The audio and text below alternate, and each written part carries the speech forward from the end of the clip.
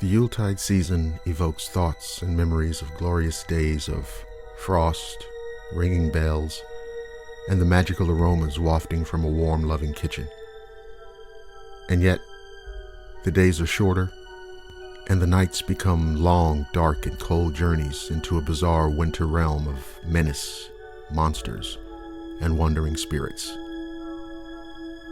Blackwater Media presents A Creepy Christmas.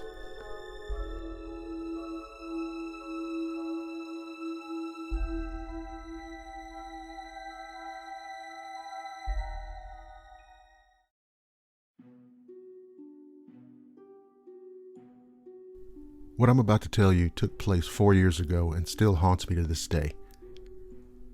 It was Christmas night, and my family were driving home from this fancy restaurant.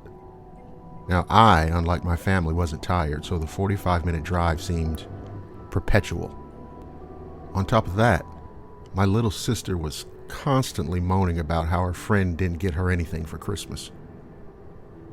After about 20 minutes of driving, my dad stopped at a gas station to get some cigarettes, and my sister, brother, and mother all got out to use the restroom.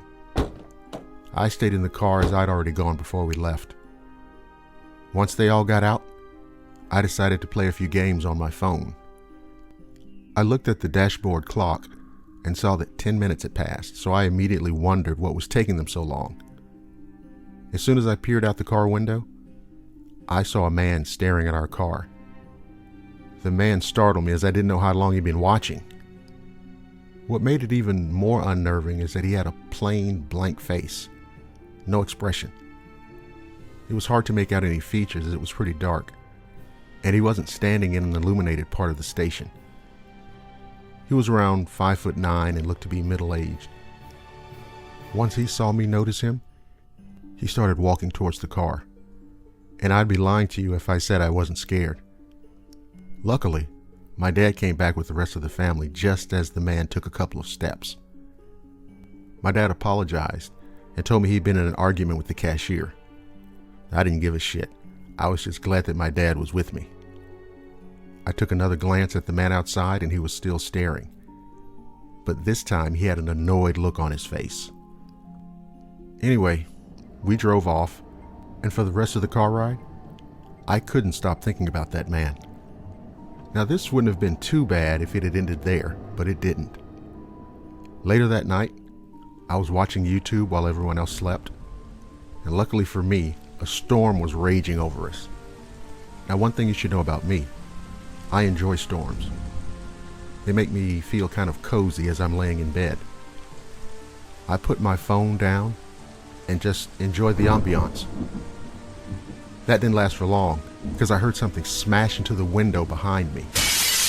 I lurched forward and nearly fell out of the bed. I thought a bird had just smashed into the window.